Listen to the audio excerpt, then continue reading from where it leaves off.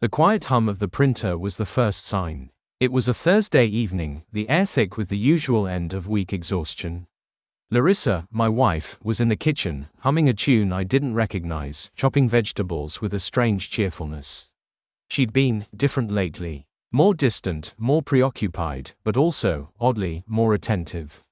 It was like she was trying too hard. I'd come home from work to find her bubbling with this newfound energy.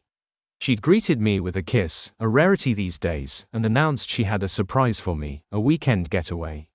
I'd been thrilled, genuinely touched by the effort. We hadn't had a proper escape in ages, life having a tendency to just swallow us whole. Later, after dinner, she'd rushed out to grab something from the printer. I was sorting through the mail when I noticed the discarded sheet tucked beneath the desk. It was a detailed itinerary for a weekend at a secluded cabin in the woods.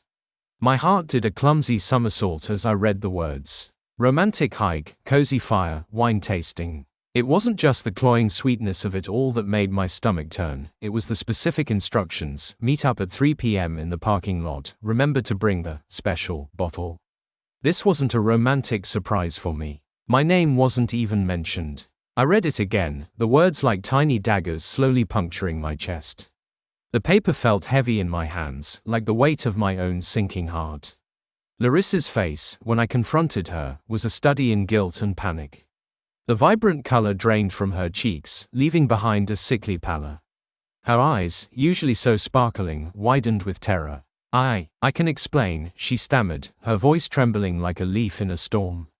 Explain? What was there to explain? She had a secret rendezvous planned, complete with coded instructions. The charade she'd been putting on, the forced affection, it all came crashing down around me.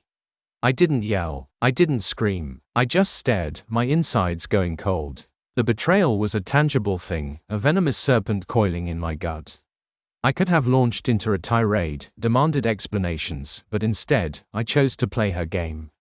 Of course, you can, I said, my voice dangerously low. I folded the itinerary and slipped it into my pocket. But maybe we should go on that trip. After all, you put so much effort into planning it. She looked relieved, a flicker of hope in her eyes, completely misreading the icy calm that had settled over me. That relief was a mistake. A big one. The next day, I played the role of the oblivious husband to perfection. I even helped her pack, feigning excitement about our romantic weekend.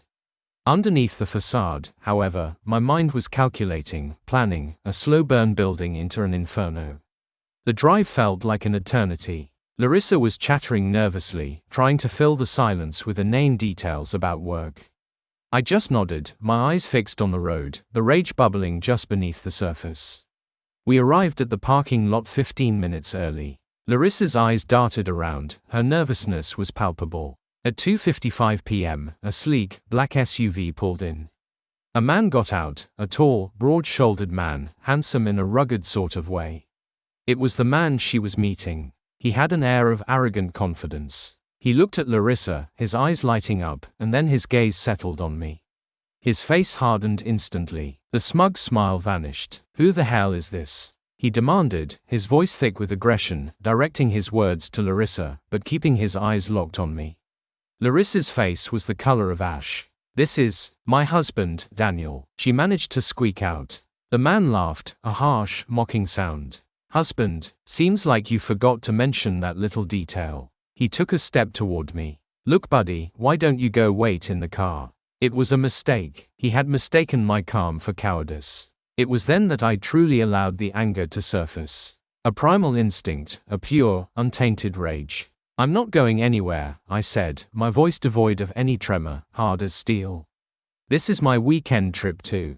He smirked, the arrogance back in place. "You're going to make this messy," he said, his gaze on me, but still speaking to Larissa. "Look, I don't know what your game is, buddy, but this is between me and," he paused, glancing at Larissa, her. "No," I said, walking towards him. "This is between us." He laughed again, thinking he was dealing with a fool. "All right," he said, making a fist. He lunged at me, swinging a wild punch.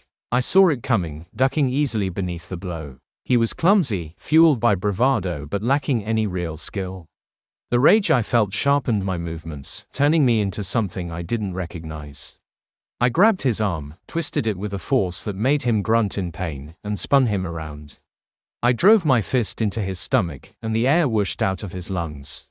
He doubled over, and I followed with a vicious knee to his face. I didn't stop. Blow after blow, I rained down on him, each hit fueled by the crushing weight of betrayal. He stumbled back, a crimson stain blooming on his face, his cocky smirk replaced with a mask of pain and terror. The fight ended quickly after that. He was a mess. He looked like he had been hit by a car. Larissa watched everything, frozen, her hand clamped over her mouth. Her world was crumbling around her, her secret life exposed for the pathetic thing it was. He managed to get a hand over his mouth. "You think you're tough," he garbled out. "No," I replied. "I know it." He looked around for help, but there was none. Just the two of us, and his broken face. He looked at Larissa. She was unable to meet his eyes. "Look," he said to her, "I need your car keys." Larissa shook her head and finally found her voice. "Why?" "Because I need to go to a hospital and I'm not staying here." He turned and looked at me again. "You're a crazy person," he said before turning back to Larissa. "Give me the keys." Larissa looked at him, then at me, then back at him. I'm not going to." "What?" he said, bewildered. I said, "I'm not giving you the keys." Larissa said, the first show of backbone she'd ever had in her life.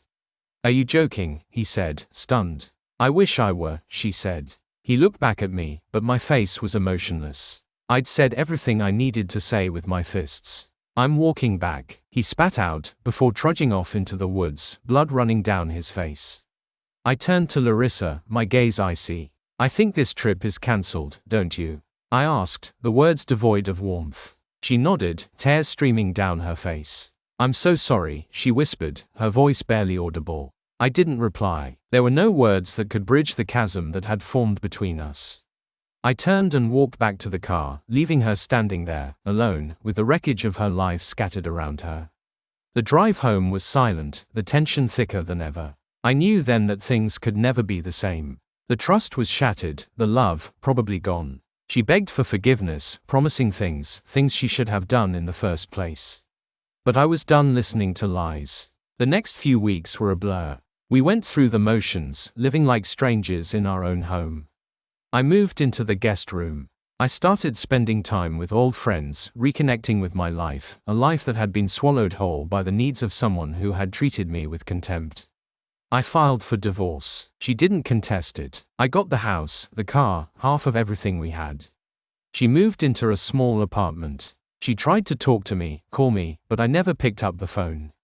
She tried to send flowers, but I sent them back. The man, I never saw him again. I had people looking for him, but he seemed to have disappeared, likely hiding from the humiliation and the physical pain he suffered.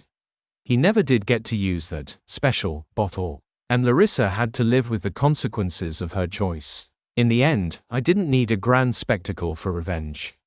The best revenge, I discovered, was to walk away, to build a life where she was not needed nor wanted. The hurt still lingered, a dull ache in my chest, but I was healing, moving forward, leaving the broken pieces of our past behind.